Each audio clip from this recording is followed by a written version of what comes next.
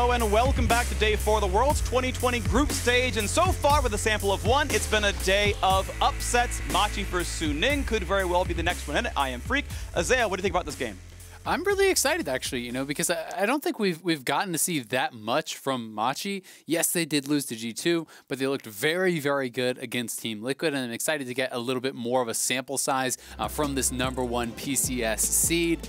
I was very impressed, I have to say, in particular by Bruce and Mission, who were just farming like absolute monsters. You know, they were farming something like 12 CS per minute against Team Liquid, which is just ridiculous. It was like Uzi levels of CS. So yeah. I'm really interested to watch them here against Suning. But let's not sugarcoat it. They are the big underdogs. Suning and G2 are the heavy favorites for this group. And, you know, Suning is looking to clean up some more wins here after they lost to such a close game against G2. And what's also interesting as well is just with the win of TL over G2, it means a win here ties you for first in the group. Like, just outright, you're just there. You lost a game to G2, okay, whatever, but you're tied to win a second round robin. Like, anyone can make it out of this group based on the records so far, and level of play we've seen has been good enough to make that happen here as well. Only a couple of carry top laners coming out on the Machi side. We'll see if, like, maybe the Jax or something comes down. That was a big, you know, play for an earlier here as well. And I want to see what this draft looks like. Of course, first pick Renekton is gone, Suning banded away. Yep, I mean, there have been some concerns about PK, and Machi in general doesn't really focus a ton on helping him out. So his 2 most played champions have just been banned. They are on the red side, so they could try to save PK's pick for last, but Machi doesn't usually do that. They regularly prioritize Mission, who is kind of their big star player. He is a guy who is a very, very strong laning mid laner. He doesn't have a lot of activity on the map, generally speaking, but he creates big farm advantages, and he pays that back by putting out big amounts of damage in the team fights. SofM gonna grab the Nidalee. He played this, I believe, against Team Liquid yesterday and was massively ahead of Broxa, nearly doubling his farm. And we'll see if he can put on another huge performance here against Gemini and Machi. Interested to see if Set comes through in this draft. It was 100% banned against Machi coming into the day. That was one thing that people were concerned about, though it wasn't anyone's most played throughout the summer split. Still a champion that people were looking at there. Nidalee, definitely a high prize. Evelynn and Lilia would be kind of the next in the tier list. If you're looking at Graves Nidalee being tier 1 and you want a magic damage jungler, that's kind of next up. We'll see if that comes through for Gemini or not. Regardless, Volibear is more likely to be a jungle pick here, just my intuition based on the draft so far. Wait to see what comes through for real, though. Definitely possible. You know, I wouldn't be surprised if we went to PK. Both him and Gemini have, 5-6 plays on the champion, so has been pretty common for both. And it is the 3rd most played for PK, with his most played champions already being banned out by Suning. Yeah. I wouldn't be shocked if they just wanted to secure this to try to protect him a little bit in the draft, because as I said, they usually are last picking for Mission. They're trying to protect him as much as possible. Will be interesting to see if Bin wants to take something that he considers to be a bit of a counter pick, try to go for an aggressive matchup against PK, because SofM loves to play up there. And Jax is incredibly good into Volibear. One of the things that people kind of forget about this pick is that the Volibear stun counts as an auto attack. That Q is blocked by Counter-Strike. Yeah. So, it's actually very, very easy to prevent that. Volibear goes into like his running stance. There's a very clear animation, and players can react to that and prevent it. This could be a flex towards jungle now that Jax has been locked in, and you could go towards something like the Shen. I do like that, both compositionally and just kind of as an idea to try to protect PK a little bit more. I think that Jax has a better matchup. Rather, Shen has a better matchup into Jax, and you don't have to win that 1v1, right? You can just kind of withstand it. You can build some wave clear and try to make plays elsewhere on the map. So I think that is probably going to be the game plan here for PK. And just shows the power of the flex picks there a little bit, because I do believe that Jax was locked in really as an answer to the Volibear. Well, either way, it has been a good draft play here, and I'm curious how that game's going to play out, because we know it's, unless you're doing River Shen, which to be fair, we've seen, right, that can still be swapped back and forth. Matchup says Shen top, to be clear, but, if it's something else, who knows. When that Shen ults down to the bot lane, I almost don't want to see Ben teleport. I just want to see him get 2 turret plates and 2 waves and then come back and say, hey, the lane's over, by the way. I'm just up an item on you, and this one's just done and dusted. So we'll see what can happen for him. Of course, his rookie year in the LPL, Suning's top laner. If you speak Mandarin, it's Bean. We're just going to say Bin because it's a little bit easier to say. And I'm sure I got the accent wrong regardless. But Ban's coming throughout the bottom lane right now. And you can see, of course, with a Jax carry-focused composition, it's like, well, we need engage somewhere else. A supportive Senna would be really good here as well from huanfeng. So double bans on that side. Meanwhile, yeah, is there going to be Playmaker out of mission? A Kali band away. We don't know what the mid lane answer to Angel Syndra is going to be, but he's most concerned about a Kali and bans that one off. And we've seen some Echo coming through as well. You know, Echo is something that I don't know if Mission would really go to it. He didn't actually play it regionally, but you know, he could go to something like his Zoe, his Orianna. Those have been pretty prevalent for him. Banning out some of kind of those AP matchups, more of a specific counter, you know, Kassadin would be a pretty risky pick, I think, you know, against Suning, who can play so fast. But that is going to get banned out regardless. And, you know, if you go towards the Azir, you're really building towards just 5v5 late game. This was one of the common picks for Mission. It does kind of fit his playstyle. As they said, he's looking to farm it out to get towards those team fights where he is really, really good. And they have built already a very beefy front line with their, what we are assuming, are top lane and jungle. You know, theoretically, it could be Shen support and all this, but we're not really going to consider that for now. Okay, so Ezreal, Bard, maybe the bot lane lock-in there, and actually there is a lot of playmaking here. Now, to be fair, the only quasi-reliable engage is SwordArt. This man's been playing for freaking ever. He's such a veteran here on this lineup, but he's the only one with a stun that's a longer range than Scatter the Weak, and that one's only so good. Meanwhile, there's a lot of engage tools here, right? You've got Ashe, you know, you've got Shen, the Azir swoop obviously is good, and Rakan in for Koala. This is, I mean, better and easier to start out team fights on the Machi side, but Suning, if Bin ever gets the lead in top lane, you just play around the 1-3-1, you play around the Jax split, and that will be hard to deal with. Exactly, and I like the idea here from Machi.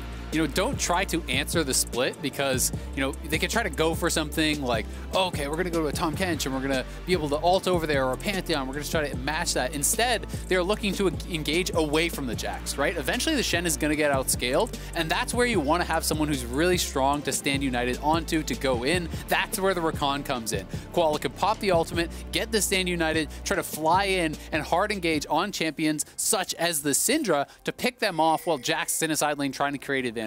That's what they're really looking to do, and we'll see if they are going to be able to create those types of advantages, or if Suning are going to be able to really just escalate the lead in the top lane, you know, pick up the pace in the early game. Because we saw, you know, against Team Liquid yesterday, it was Bin actually playing, and he was playing weak side with the Jax and still playing aggressively into impact. You know, he has no fear, and Bin and SofM have been one of the most deadly top jungle combos in the LPL. They can snowball almost any lane, it feels like. So Gemini is going to have to do a good job protecting PK too. Jungle is going to be important here as, yeah, there's a lot of really volatile lanes right there. Right? You got Squeeze in the mid lane as they're trading blows back and forth. Mission getting some decent trades with his soldiers, but Angel's doing a good job. Corrupting Potion stacks coming through makes that a bit easier on that side. Nice shield into trade for PK, means he's got a small health lead up there as Bin goes through his first couple of potions. Corrupting stacks, I should say. PK just trying to regen back up through his Doran shield. So I think what Bin is trying to do here is he's actually just trying to hard shove these early waves so that it'll bounce, and on the timing he expects Gemini to be up on the top side, the wave will be pushing towards it. What that lets you do is just sit back and play it more defensively. If you can get it to crash, you know that the wave is going to come to you, so you don't have to expose yourself to a taunt, into a Volibear gank, and these types of things. They have also spotted out SofM. You saw that hawk shot coming through from Bruce. So full knowledge of where he is. Gemini is heading up towards that top side, but the wave does not look like it was actually able to get that full bounce in. PK did hold it outside, so now Bin's in trouble. Dodge comes in, dodges down, easy taunt. If he goes for it, flashes to make it land, and they're gonna get the rest of the damage. They're gonna have it. First blood right away, clean. As you say it, never had a chance to flash away on the Jax. That was really well done there. Quick counter-strike came out, you know, for Bin. He was trying to trade aggressively to PK, push in that wave, but he didn't have any vision. You know, he had no ward for himself in that river, and despite the fact that he pops the leap strike, jumps away, PK follows with the flash on the taunt flash, nails that. Gemini flashes in, chains that up so Bin couldn't get over the wall, and that was just very well done. And good lane management here from PK to not allow the crash to come through, to not allow that reset to happen, and Bin gets punished for being very over-aggressive, something that a lot of people were saying should have happened to him in that TL game and did not. Yep. This time, Machi able to punish. Well, a good taunt flash. The follow, of course, it was too flashy for the kill. Then TP's back in, and he's, of course, got the longsword from his farm, and is always back in lane. We'll see when PK makes his recall. It's going to be now, and he's up a Ruby Crystal.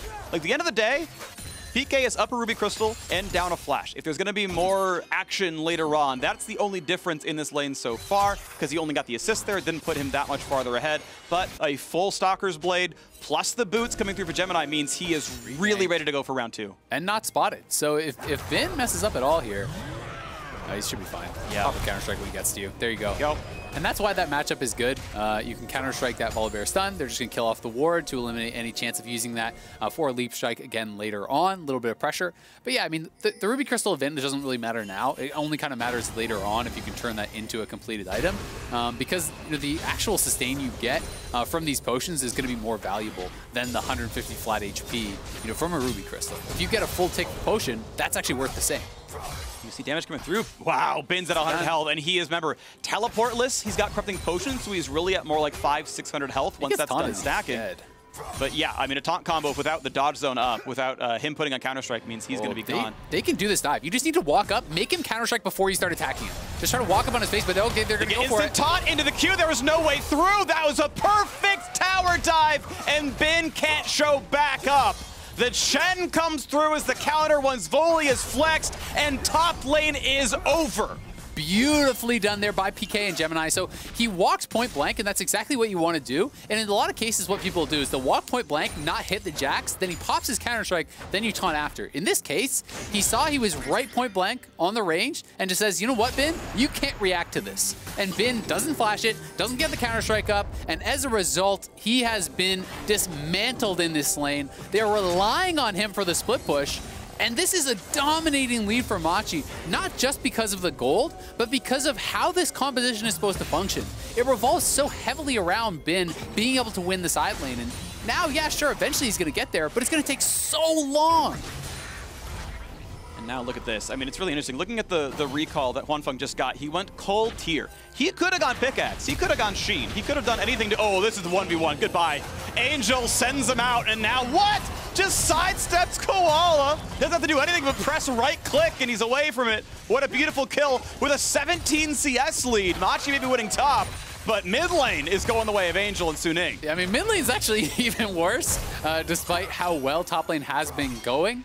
Massive CS advantage, plus he's the one that got the kill. And we have to remember that Shen didn't actually get either of those kills. Both of them went to the Volibear, so while it is still very beneficial to shut down that Jax, it's Gemini who's got to kind of make the most of the gold that did get dumped into him from it.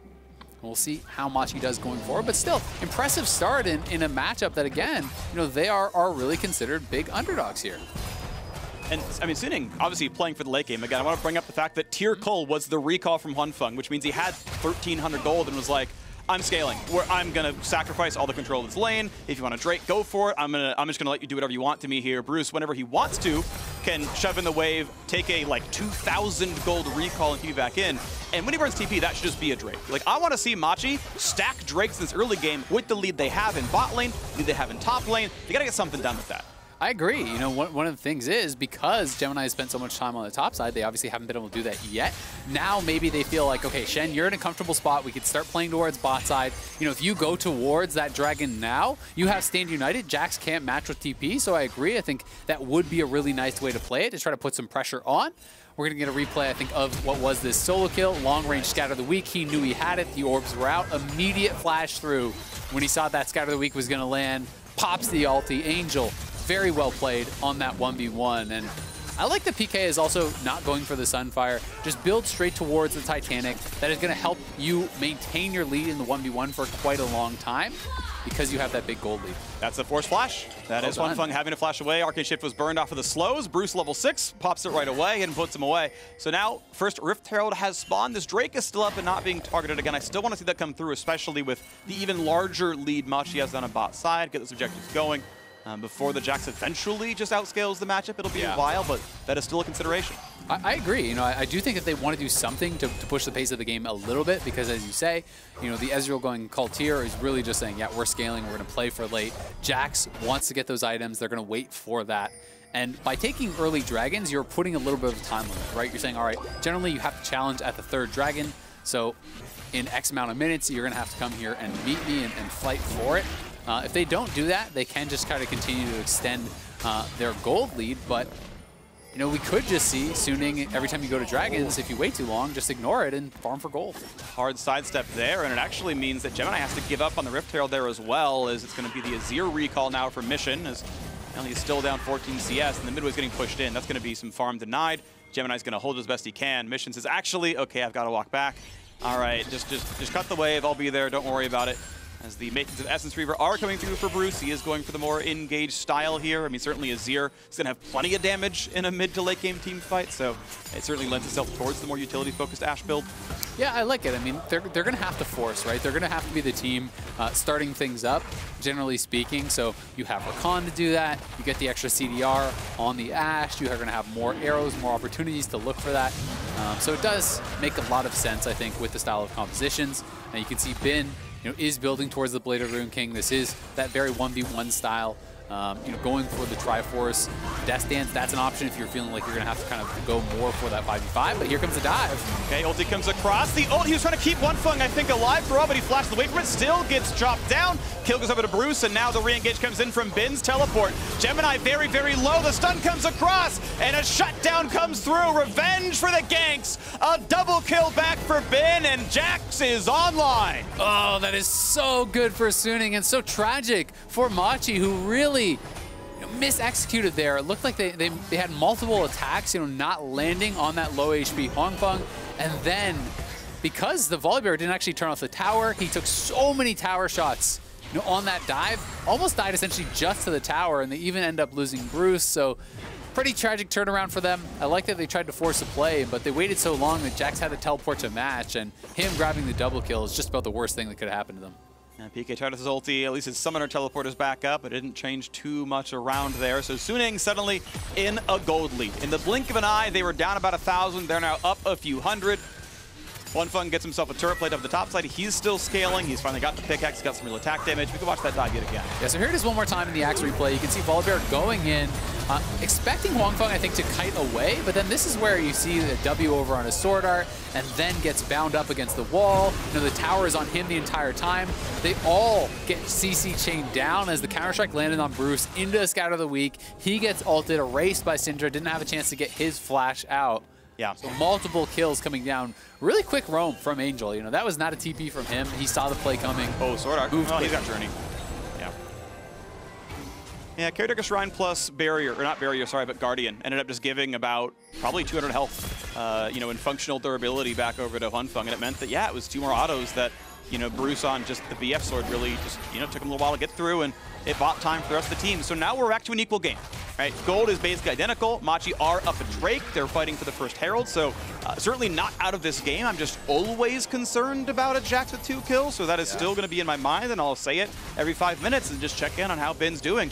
His rookie year in the LPL, he played on Suning's development league. The man turned 17 coming into the 2020 season. His 18th birthday was a week ago. This man is going to be the win condition here on a world stage where Suning, I don't think they want to be 1-2 to start the group stage. No, not at all. And I think they're actually in a much better spot now. I mean, the Blade of the Rune King was feeling so far away when the last buy was a Cutlass and he had no gold, but TP's down, gets a double kill, Blade of the Rune King completed in an extended fight. He should actually win now, very likely against the Shen. You know, if you can keep it to those short trades, Titanic can help you to win out that 1v1. You get the pull through on the Q, you use the auto, Titanic for the reset, and a 3rd auto. That is going to be a winning trade from Jax. The longer it goes, though, Conqueror gets stacked, he starts healing through, he gets the passive hits from his ultimate. That is where the Jax really starts to succeed. So we'll see how PK can play this out. And PK dropped a little bit of CS there as he pushed the wave in, but he's just mostly trying to shove the wave and get away from this one. The matchup's interesting. Basically, whoever burns their CC ability first loses. Because if Jax stuns, you just like, you put the dodge zone up and then taunt when it's done, and you just like win the auto attack trade every single time. And if you taunt in and he dodges correctly, you just do nothing during the Shen taunt. And you know, Jax seems to feel pretty good about that one. So it's a farm off. And obviously the man with the TMN upgrade gets to shove first. PK wants to roam up, look for ward control. Thanks for the sweep. I'll knock this one down. I'll go fight over Tri-Brush. I will at least threaten mid on the play, but looks like those two are just content to farm against each other otherwise. Yep, definitely the case. SofM He has not really been involved in much of anything, but as a result, he has been power farming. He is up 40 CS on Gemini here. Gemini had a lot more impact in those lanes. You can see PK just taunting away, but the leap strike is up and Bin wants it. Pull through on the Q, but Bin's feeling great on Ruin King. So teleport comes in, PK gets another shield, he's got a kite back, flashes away for safety, and now the re-engage, the scoop back. When's the dodge gonna come up? When's the taunt gonna come back? Goes over towards Mission, can't find the kill just yet. He's trying a lifesteal, and finally Mission finds the kill. It was a 3-on-1, but it came through in the end. You know what's concerning about that is that it took multiple flashes and 3 members when he's on one item, right? You know, we saw PK force the flash out, Mission TP's in, Gemini's there, and Mission still had to flash away from the one item Jax. So yes, Bin went down and they're gonna be able to take the tower here after that, but it does show you just how powerful this champion can get. Wow. And Angel actually able to defend it. You know, they didn't have the confidence to walk forward and get any damage down on that tower because Angel is pretty strong, is level 11, and they didn't know where SofM was, so they were perhaps worried without cooldowns on Mission of SofM arriving and Angel and him being able to take him down. Yeah, Gemini's ult, of course, already down. Mission, half health and an Azir. That is definitely a Syndra one-shot in the making, so they couldn't step up for the kills, and well played to Angel to keep that turret alive. No one has gotten first turret yet. Wait to see if that ever does come through. You have to imagine at some point in this game, a turret will indeed fall, but it's just not going to be in the first 15 minutes. The other thing you've got to note is, despite the fact that Mission has kind of pulled it a little bit closer in the farm, he's really on the bargain bin right now, right? He's got 2 Doran's rings, he's got some Merc Treads, a dagger, an Amp Tome. Now he just had a lot of gold, so it looks so much better. But I was like, wait, how does this item? Yes. What is happening here? His opponent has Ludens plus Sork Boots, so looking a lot better now. And we'll see how he's going to be able to perform in those team fights, because that really is his strength. All right, well, here comes the taunt coming across. Finds a bit of a slow, but it's still a lot of damage. His Bard keeps landing the autos, landing the Qs. Dodge comes back in yet again. PK trying to stay alive, and I don't hate this one because you can probably get your dodge back up in time. He steps sideways, gets some Ezreal shots in. He's at 100 HP, and he cannot get away. SwordArt finds himself a kill. It's 4-4. Bruce TP's in just now. Arrow might have been helpful, but never came out, and so now it's under the tower for Bruce, taking a Q, almost done up by SwordArt. Yeah, if that Q lands, he's just dead, so a little bit risky there. Mission, you can see the Bin's on the hunt, perhaps. Doesn't have flash, neither player do, so perhaps not confident to actually close the gap with the Azir ultimate available. Should be able to disengage that one pretty comfortably.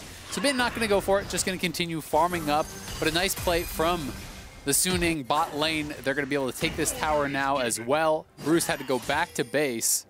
SofM just really farming so heavily, though. I mean, he's the same level as the solo laners right now on Machi. He's 2 levels up on Gemini and really getting so much just out of this free time that he was given. He's always been a very farm-hungry player, despite the fact that he likes to build utility oftentimes, you know, kind of famous for the Tank Lee Sin style builds. He always has very, very high farm numbers.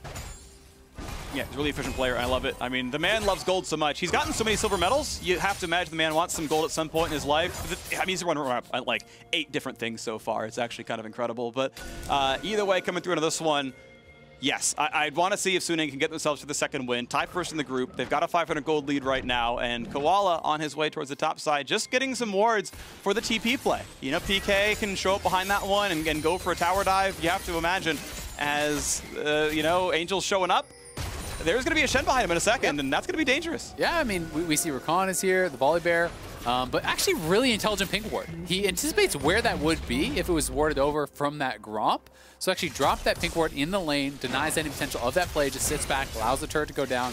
I mean, Machi are still in a good spot, right? Like, this is still even gold. You were just kind of dreading the eventual scaling of that Jax, but Machi are going to have the advantage in the 5v5 pretty much permanently. So it's just going to be on to them to really be able to force, really be able to create advantages, because they're going to have to find engages. Since they didn't use the Dragons as a tool to accelerate the game and force the Jax to come to them, I mean, it's 1-to-1 on Dragons. We're approaching 20 minutes, right? You know, it's going to be forever before Soul is even threatened. So Machi don't really have that as a lever to push the Jax into 5v5. So they're going to have to find dives. They're going to have to find side lane advantages. And I think that's just a lot harder to do, so we'll see if they're going to be able to execute on it, because thus far they haven't been super proactive with Shen ults and Rakan engages. Big stun, though, on the front line. Goodbye to Koala. Re-engage, not going to find either stun as Angel keeps cutting away, but Volibear is back to the re-engage, and a flashless Syndra, you have to believe, gets chopped down. Gemini finds yet another kill, the kill leader on Machi right now, as they tied up 5-5. Nicely done. Trade of kills, but it is the mid laner and the mid laner flashed to kill off Koala. So definitely not worth it for Angel. It was also a shutdown. You know, it's unfortunate for Machi that all these kills are actually going in the pocket of the Volibear, who's not going to be as useful with that gold as, say, the Azir or even the Ashe. But on the bottom side, all this pressure that they did create allowed Bin to have a lot of free time, and now it's potentially a smite fight over this, but Nidalee's up 2 levels and has Q execute. Missions here, though, and with the chance of a scoop, it's SofM pushed away the flash combo. Go for this one, SofM. Isn't available, though. Waiting for the way to get over the wall. Ulti from Bard to buy some time, and he's just kiting around. He's waiting for his team. Javelin, oh, you gotta be kidding me. It's taken away. SofM gets it. Magical journey out for SwordArt. Re-engage for Koala, puts down a half HP. huanfeng over the wall. Nearly lands the ultimate. That would have been the kill. It's gonna be the kite away for Machi still, though. Well done to SofM for getting that one, and now Gemini is on the run at half HP. Wants in for more. 2 more will kill him. Gets the shield, look for the next spell, can't land the javelin, but the red smite could mean it. Here comes Koala, flash to stay alive. He will not be stopped. SofM goes for the pounce reset, goes to jump over the wall, gets away. He can't keep getting away with it, and yet he does. Apparently Ken Freak just chasing down multiple members. Shen even TPing in to try to stop it, but Machi was so uncoordinated on that turn. You know, Volibear, it looked like, just didn't have his Q cooldown. He didn't have the stun available. So Azir flying in to actually scoop the Nidalee in. That's great if Volibear is getting the stun ready and you're actually scooping him right into that stun, right into the Volibear E, and you're bursting him down. But Volibear had actually already used all his cooldowns. He was hitting the Rift Herald, so he didn't have anything available. And to add insult to injury, SofM actually steals the dragon. You know, Gemini is like kind of like, well, what am I supposed to do here? And that was actually a smite that went down from Gemini. He tried to combo it, and then even his Q, he wasn't quite behind the Rift Herald, so his Q did not count as hitting the Rift Herald on the eye there. It just counted as a regular auto attack. So that is what he was trying to combo with the smite. Failed to get in the position to do so. As a result, gets stolen away at very low health. Gotta be frustrating for him. This time around, they grab second Drake here. So Machi on the way towards Ocean Soul. Gemini slowed up, though. Dodge Zone comes in. They can wait around for this one, but now it's timed out, and PK has to be on the run. Thankfully, he has dodge, gets away, but the re-engage, a double root. This is going to be the play. SwordArt does not find the stun, though. Still going to be enough to chase on down. PK forced to run. Javelin going to land on a tank, and it's going to be Machi running away just barely. I mean, all of a sudden, Sunning's up 3,000 gold, right? You know, this was a Machi advantage, and now they are falling pretty far behind. SofM really starting to take over this game. It feels like they're going for the scoop, though. Nice pick. Nice Rima shuffle, does find him a kill, but as you mentioned, a 3,000 gold lead. Uh-oh, that could be a kill on the bottom side as the turret falls down. Looks like everyone else is going to stay alive over there, but it looked like danger. Regardless, yes, mid lane falls, and the gold lead is now bigger. It's 3,500 because you take a turret kill over a champion kill every day of the week. huanfeng just grabs the farm in mid lane. And it's also the allocation of resources, right? Like, Machi had 5 people down there to kill off the support. Ezreal got, you know, all that golden experience by himself mid lane. And they're really starting to get pinned in here. They can try to work towards that eventual Ocean Soul, which would be enormous for them. You know, having multiple frontliners, it's going to be extra effective. It's hard to burst down the Volibear or the Shen before they do get value out of it. But Triforce is now complete. And Jax is going to be more and more of a threat. If he wants to go for that kind of more teamfight style build instead of the split push, he can go towards Death Dance as well, and that can be very effective. Ooh, nice play by Koala. Arrows landed perfectly. Goodbye. Cruz finds a second kill. Yes, indeed, with the jungler dead, that's a possible play. Angel in bot lane with no teleport. PK clears away the ward. Sweeper sees some of the members. Machi sticking around. Angel going to be part of a 4v5. They're going to start it, and Koala's on the side. So Koala could potentially look for an engage, but he has no ult or flash. So honestly, the turn isn't that threatening. We'll see what Machi can get done here. huanfeng marks Koala, push them away. Nice Bard ulti, SwordArt wants this one up. Easy Q. Gonna find only a slow on a PK, couldn't find the stun. Angel finds the stun though, and now he's gonna be left alone. Ulti not gonna kill, exhaust is good. Taunt is even better. Angel will barely fall, but 2 kills go back as he and huanfeng pick up 2, and now Mission's gotta be careful. Getting shot over the wall, and Ben finds the 3rd. Slows down on a Koala, looking for the dodge, looking for the stun, not gonna find it. But that is a great Baron stop. And now it's probably a Sunning Baron because Gemini is down, PK is down. They have lost full control, and SofM is back on the map. huanfeng has already started this up, and Nidalee is chugging out on the map. Should be Sunning Baron, and that feels like it almost guarantees this game. So Machi have got to get over there and try to prevent this. If you give this up when you're already falling behind in the split push so heavily, you're losing some of these skirmishes, it's going to be really, really tough. Difference 4,000. Yeah, 2v5, not gonna happen. Well, smited SofM guarantees it. 1-1-0, 201 CS. He's nearly flame horizoning Gemini right now. 3-level lead. We are into the mid game, and it's looking really good for top jungle. It's just such incredible team fighting from Suning. Machi really has played a solid game, but Machi is going for plays when they don't always have all the cooldowns, all the abilities they need to try to go for it, right? You know, if this is a play where Koala has ult flash and you can get back onto that Ezreal and have that immediate engage and kill, it could work, but they didn't have those tools, and as a result, yes, you get on top of Angel. It was a great exhaust from Koala, but huanfeng was untouched, and he is getting so much damage out in the back line, and as soon as those multiple members start falling for Machi, you have no chance in the chase down with Jax and Ezreal flying forward and looking to take you out. Well, looks like Suning about to take out Machi here in this game. 24.5 minutes in. Yeah, they're not dragon stacking, but that gold graph from 15 where it was even to 25 where it's not even close. This has been a lot of gold per minute, about 600 over and over and over again. Machi are running out of space to find themselves into this game.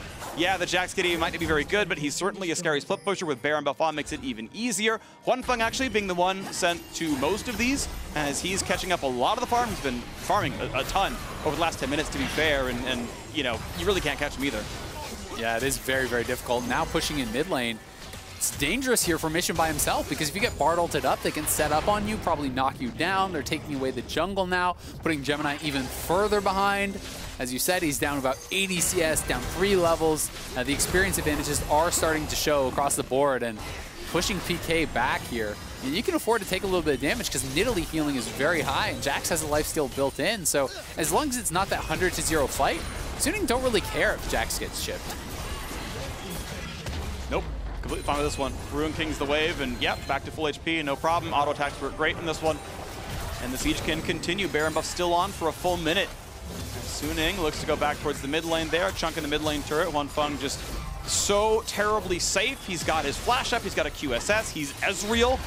Been slowed, stunned, stuns again from Gemini, but Merc tries to make it easy to get away, just jumps back to a minion. That took an ultimate and a lot of effort, and he's going to lifesteal back up off this wave. Yep, and Angel was zoning Bruce, right? So there wasn't really any follow-up. Gemini flashes in, but when you have a Syndra in between you and the Jax and you're playing Ashe, there's just no chance to actually approach that wave. You will get erased, and now they're losing the top side jungle as well. Lanes are being pushed in on all sides. Suning has exploded the gold lead. It wasn't long ago that it was Machi in the lead, and then we're even. Now we're at a 7,000 gold lead here, and it's so hard for Machi to go anywhere, to do anything. They're losing all quadrants of their jungle. They're losing in the 1v1, and you have no damage here to even threaten Ben. A stun and a slow. He saves the counter strike now for the double stun to go for a kill. It forces the Shen ult without anyone else in range. That is a cooldown that could have been used for a flank play and now can no longer happen, limiting the options Machi have for a comeback. A SwordArt cannot quite find that stun, but Angel does. It's Machi kiting back. Taking top lane. Yep, top lane is under fire. That turret is going to be dead in about 8 seconds. Mid lane, of course, already cracked open. That inhibitor going to fall as well, most likely. Everyone has played this game where the split pusher is really strong, no one can answer him, and you just kind of get stuck running around trying to patch all the holes. It's like you're in a sinking ship, right? And you don't have enough hands to plug all the holes in it. But Machi have got to find an engage, and if they don't find an engage, the game is over. So Koala, your time is now. You got to go in. You have the flash ult. You got to try to find some sort of all or nothing fight, or you're just going to slowly bleed out of this game. USS down, flash out from Angel. huanfeng could be the target. No. Koala says, you know, they've split up too much. We don't have the target anymore. We are out. At best, we can clear the wave on the top side. This turret's lost about a quarter of its health. Middle inhibitor now actually gone. We haven't had a reset for a long time from Suning. The money in pocket has got to be pretty high. With the inhib crack, though, with Baron in 2 minutes, they can finally take the reset. And if you thought it wasn't close now, wait till 1,800 gold of items per player goes back into the inventory. It gets even worse. It really does. Jax is really close to the death stance. He did base, I think, more recently than some of the rest, so he may not have it just yet. But he is, you know, when you get to this part of the game, we are farming not only the waves, but your opponents have lost control of the jungle. You're farming Krugs on cooldown as the Jax. Your CS really does start to accelerate, and you get so much gold so quickly. The Shen cannot even come close to threatening you anymore. You need multiple members. It really has to be Azir plus CC, it feels like, to have any chance of threatening Jax, because with this high CDR, you know, the Ashe isn't even really going to do it, because Counter-Strike plus low cooldown on the Leaf Strike, you're going to be able to both attack and retreat very, very effectively. when you arcane shift towards the enemy jungler in their jungle, that's when you know you're confident. huanfeng's like, I'm not worried about it. SwordArt's here, SofM's here, it's fine, I'm not worried, no big problem here. Death Stand support's done. Is going healing reduction just in case there's going to be some lifesteal tanking going on. But realistically, geez, I mean, this man's not going to be stopped. He probably ended the game on just the one death.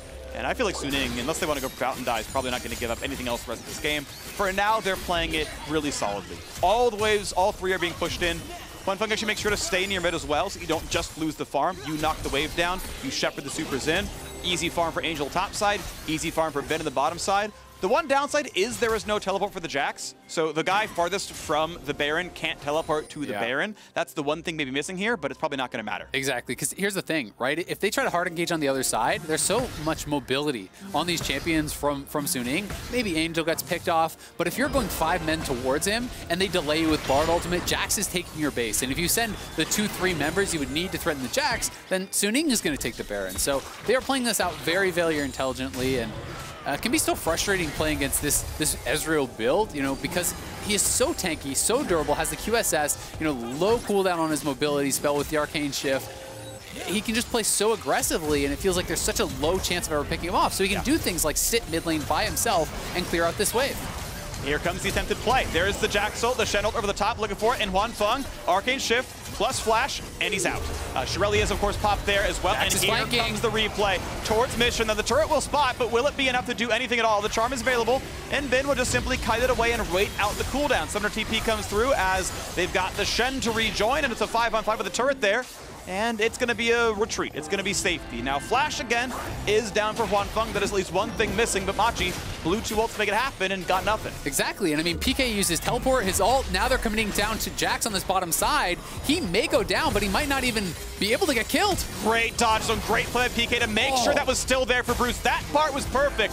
Can they stop the Baron now is the question. Angel wants back in. He wants Koala, maybe Gemini as well. Sweeper, Scryer's Bloom used. They're trying to get away. Can Angel find the stun? He's going to get one. Is it going to be enough? Gemini still has the ulti, and that was the play, the kind of play Machi needed. A perfect 2-on-1 and a Baron stop the other 3. That was actually Galaxy Brain from PK. You know, leaving his sword, he didn't use the Q for the damage on the Shen when he went forward. He left that back on the Ashe. So when Ashe gets jumped on by the Jax, the dodge zone was there for him to protect him. Otherwise, you could actually just get burst down theoretically. So that was really, really smart stuff. You know, from PK, realizing that he didn't actually need that bonus damage. It was more important to have the protection for his Ashe to be able to finish off that kill.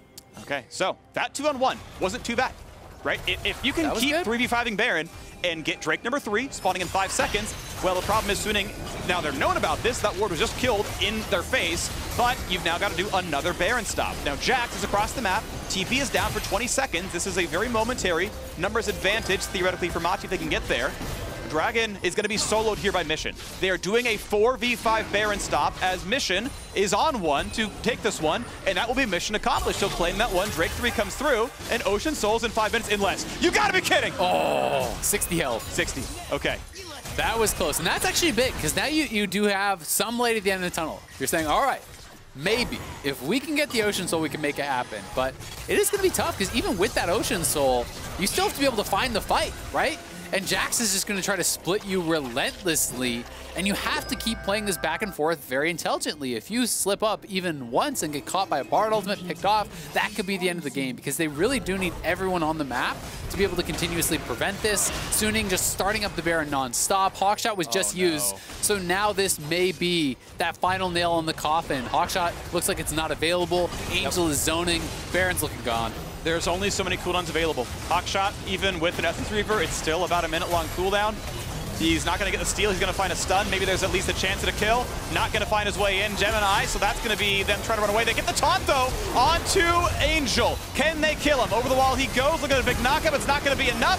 Kill number 1, kill number 2 for huanfeng. Now over the wall, it's time to get a third. Bruce is running away as fast as he can. There's sort of triple. There's looking at the quadra, but it's going to be SofM claiming the fit. The quadra's going to be good enough, and it's time to go for the base. Suning going to end the first round robin 2-1. Machi made him work for it off the top lane camp, but it was not enough. The better team today, the better team next week most likely as well. Suning tied for first at the top of the group to close out the first round robin. And Machi really did make him work for it. I think a lot of people are going to be stepping up and taking notice of how strong this team is. But Suning's map play, their macro is on another level despite the early successful ganks from Gemini. Some really good play from PK to coordinate with his Volibear, take down the Jax multiple times. When Suning got unlocked on the map, you saw how quickly they were expanding the gold lead. You saw SofM was taking away constantly the jungle camps from Gemini. Every time Gemini tried to go for a gank, he's losing camps on the other side of the map. He's falling 2-3 levels behind. And once Suning got that Baron, the gold lead just exploded. They were not able to stay in the game, and Suning really showing why they are a world-class team. They can play a lot of different styles, and they can run you all around the map. SwordArt against some of his old league mates. Took a long career on Gamma Bears and then Flash Wolves for almost ever. Joined the LPL 2 years ago. Has spent 2 years on Suning. Has brought them to Worlds, and definitely an outstanding player. His Bard was great. He got so many good ultimates. He went utility with the Kales and the Shrellies to make sure that none of the picks could happen. And once we were in a mid game, it felt like, okay, SwordArt can dictate when you go in. SwordArt will tell you, no, you can't go on us. And the split push finally happened. Bin in his rookie year, the Jack split push gave all the map pressure they needed. Angel, beautiful stuff as well. I think his debut was also on Suning for about a year and a half on that roster. And this is a roster that is looking very, very good. Tied for first in the group. Of course, Machi only 1 game behind here as well. This is, as far as we can tell, the tightest group at Worlds. Yeah, it really is. I mean, both G2 and Suning now tied at the top. You know, Suning going to be thanking Team Liquid for taking down G2 because that allowed them to catch them with a win here today to put them back in contention. Because now, you know, if Suning beats G2 in the rematch, they could potentially be 1-1 with that team, but both teams beat everyone else. And now all of a sudden you're out in first place, and maybe you're dodging a Dom1 or you're dodging a Top, who are those teams that everyone is so frightened with. So it really does feel like every single game in the World's group stage is incredibly important because you have these behemoths waiting to potentially just sweep you out in quarters. Yep. So every team in this group has control their own destiny. If you 3-0, you can guarantee first place without worst a tiebreaker or outright at 5-1. So stuff to watch for when the rematches come through in about a week's time. Now head to the hub on Spotify for all the League of Legends action all in one place. Hear the sounds of League. Check out the League of Legends playlist and podcasts, including teasers for Untold Stories, a new exclusive podcast coming this October. Now we are taking a break, but as we go, check out FlyQuest's Comms versus Unicorns of Love in our Sounds the Game presented by Bose. I've heard the dive's pretty good too. It's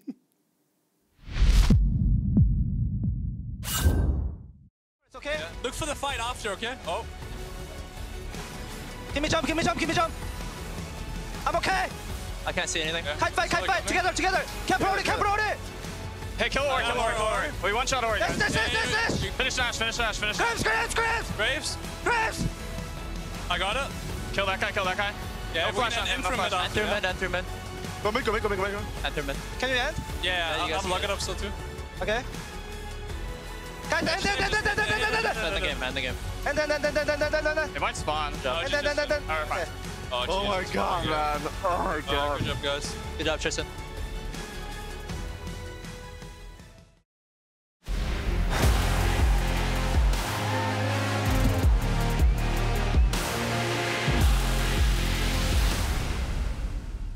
Hey Mercedes, legends run wild, each one unique, with astonishing power, unstoppable, master warriors, ready to compete, seeking glory. We live it, we breathe it, we have each other's back. Together, we become legends, icons of a new generation.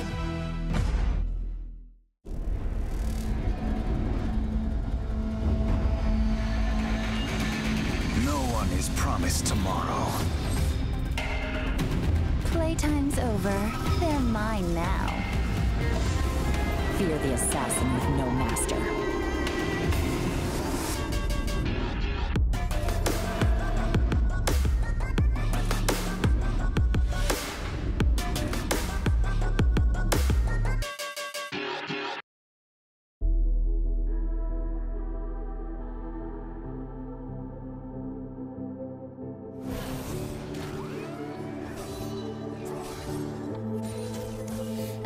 Legends never die when the world is calling you.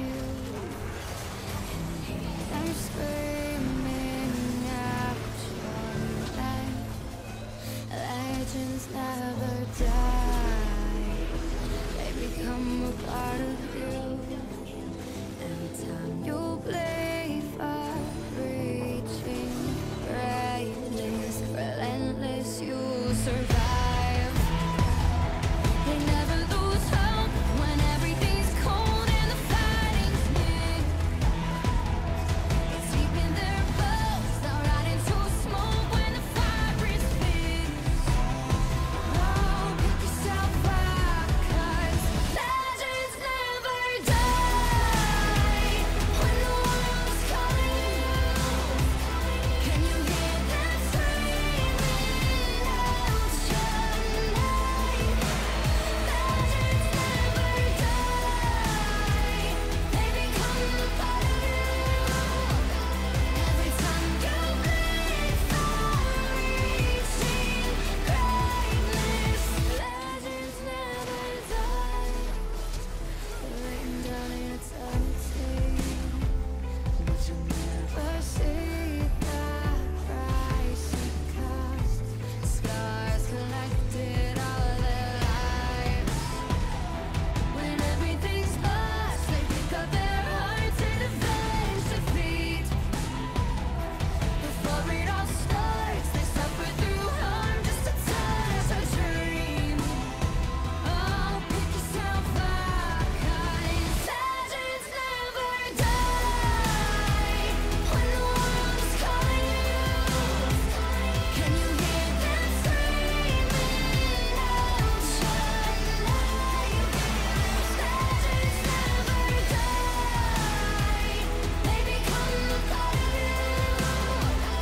Every time you bleed for reaching greatness, legends never die. When the world is calling out your name, begging you to fight.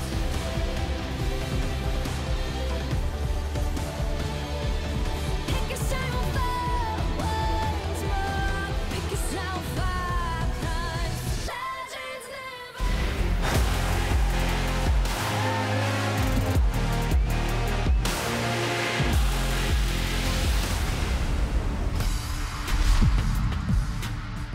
Welcome back, everyone, to the State Farm Analyst Desk. Our next game is DRX versus FlyQuest. And with Top Esports looking unstoppable in Group D, this is a team the LCS squad have to beat if they want to make it to quarters. Luckily for them, we're joined with someone with first-hand experience of drafting against DRX. So let's scope out where the possibilities lie for FlyQuest. Yamato, of course, you know, if people didn't know, you were coaching in LCK Yes. for this year. So where should we kick off with this drafting versus DRX? So DRX is a very tricky team to beat because when they do lose, it's usually because they trip over themselves. I think they have this very, very clear focus on the idea of winning lanes, and usually that doesn't include the whole scope of a game. Usually look at drafts as you know, pieces that bridge together some specific moments in the game, early to mid game to late game, and when the early game ties into the mid-late game naturally with the picks that they choose as counters, then DRX look very, very deadly like they did in the first game against, of course, the Unicorns of Love. Let's take a look at that draft then. Can you point out where, you know, the advantages or the positives lay for DRX and where they laid the groundwork in this draft for the game that we ended up seeing? So the cool thing about this one is that everything kind of ties neatly together. They had decent lane matchups and they had a composition that really supported the idea of making sure that Nidalee has opportunities to pressure the Evelynn. And this is a very, very early game-centered strategy like DRX like to do. In this particular case, with that early game, they're going to scale very neatly into mid and late game. So all of those pieces land perfectly with the idea of DRX and that early game. And this was, of course, a win for them. Now, the other game might be more interesting if you're looking from a what can FlyQuest do perspective. Yesterday, we saw Top versus DRX. Top Esports got the better of them, and there were some very interesting picks from both sides. We're going to pull it up in just a second. So can you kind of relay from that what FlyQuest could also do today? I think looking at this draft, you have this idea that League of Legends is like Mortal Kombat, where everyone fights 1v1 and nothing else comes to the game. And we had the Twist of Fate pick as a blind that was counted, but Chovy is so good in lane that he managed to get advantages there. The Lee into Nidalee is something that in Vacuum can maybe do well, but in the current meta, you kind of argue against. Quinn as well into Renekton might be a counter in isolation, but as the game progressed, we saw that the Renekton and the Nocturne kind of bulldoze over these champions that stand, you know, almost alone and just have to kind of fight melee with these champions, and that doesn't really work. This draft to me is the perfect example of what you were talking about, which is like win lane, win game. Like you could see very clear kind of what they wanted to do and really brute force through lane phases, but then you lost some of that synergy when it was played into this composition. You know, obviously you'd want to be able to play a side lane with Twisted Fate swinging out with Destiny to Quinn, but when you're against a Nocturne who's suddenly blasting you in all these side lanes, it gets much harder to do. So I really like the fact that DRX can be attacked in draft, and I don't know if you want to call them ego picks or what you will, but you know, you could push them a little bit and try to just outdraft a composition that scales better or has better synergy later on and kind of roll the dice. And what we do know is that when Pioshik and Chovy are matching up and they have a chance to play together, that works very, very well for DRX. So now let's look at the perspective from FlyQuest, and it's so different when we look at yesterday, when they got that scrappy win versus the Unicorns of Love, because then it was an era of NA didn't have a win, FlyQuest didn't have a win, but it's a totally different story today after also that TL win. So FlyQuest should take the scrappy game for what it was and build on what they've shown. Yeah, for sure. I think Power of Evil had a wonderful performance, and it was funny because I was talking to Jizuki about FlyQuest, and he's like, when you play against Power of Evil, you're playing against 3 mid laners. Santorin is a mid laner, Ignar is a mid laner, Power of Evil is a 3 mid laner. And I think in this particular matchup, when on the other hand you have someone like Chovy, it is important to work together to potentially try to shut it down. But of course, Chovy is a beast in itself. But Power of Evil, that's the way to win if FlyQuest are going to upset this match. I don't know why it is, but there's a fly here, which is so apt, it's the and it's really fly. attacking us. Maybe it's not caught on camera, but it's been attacking us. I think that might be a sign in the water. This is going to be a good game for FlyQuest. So Power of Evil was very much the strongholder of FlyQuest yesterday. He did so much when some other things didn't work out, and I think we can assume that that's just going to happen again. They should definitely try and find him a good matchup. But aside from that, you don't want to get into the position where it takes so long for you to get that win, right?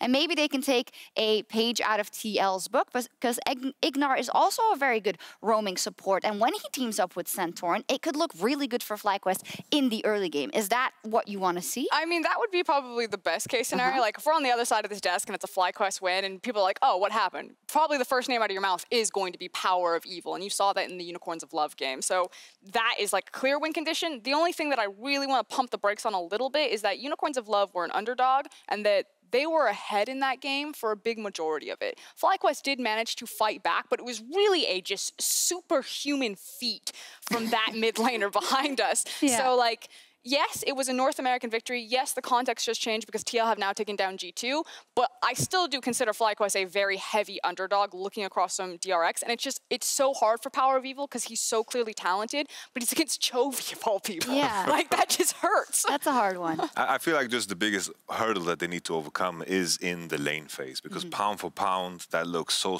dangerous. Chovy, regarded for some, for me, the best laning player in the world. If this was a 1v1 tournament, I would vote to Chovy. So it's all about, you know, getting through that hurdle of that early game. Yesterday, Solo was struggling. It can't happen today because DRX will punish it. And I think we're also, as an English broadcast, looking through the lens of what FlyQuest can do. But if we look at DRX and in the context of the greater tournament, yesterday we put so much stock into what we can take out of that game versus top esports, and I think DRX is still struggling with that and saying, well, no, we want people to consider us as a top dog in this tournament, so they're gonna have to take in a lot of lessons from yesterday specifically coming into this game. I hope there is no ego involved like yesterday. They want to show off the Draven, the Quinn. Yeah. I felt like it was. I remember reading this. Into Jackie Love. Exactly. Like I remember reading this interview with Deft. He's like, we want to prove that we win against the LPL without any gimmicks, without any cheese. We want to beat them at their own game through the early lane phase, and that was something that was smacked down, because in the end, there's no ego, there's no emotions, there's only facts, and I think coming in this one, DRX are going to take a little bit of an easier approach. All right, let's see what happens. We'll see if the LCS can go 2-0 to start the day, as FlyQuest versus DRX is up next.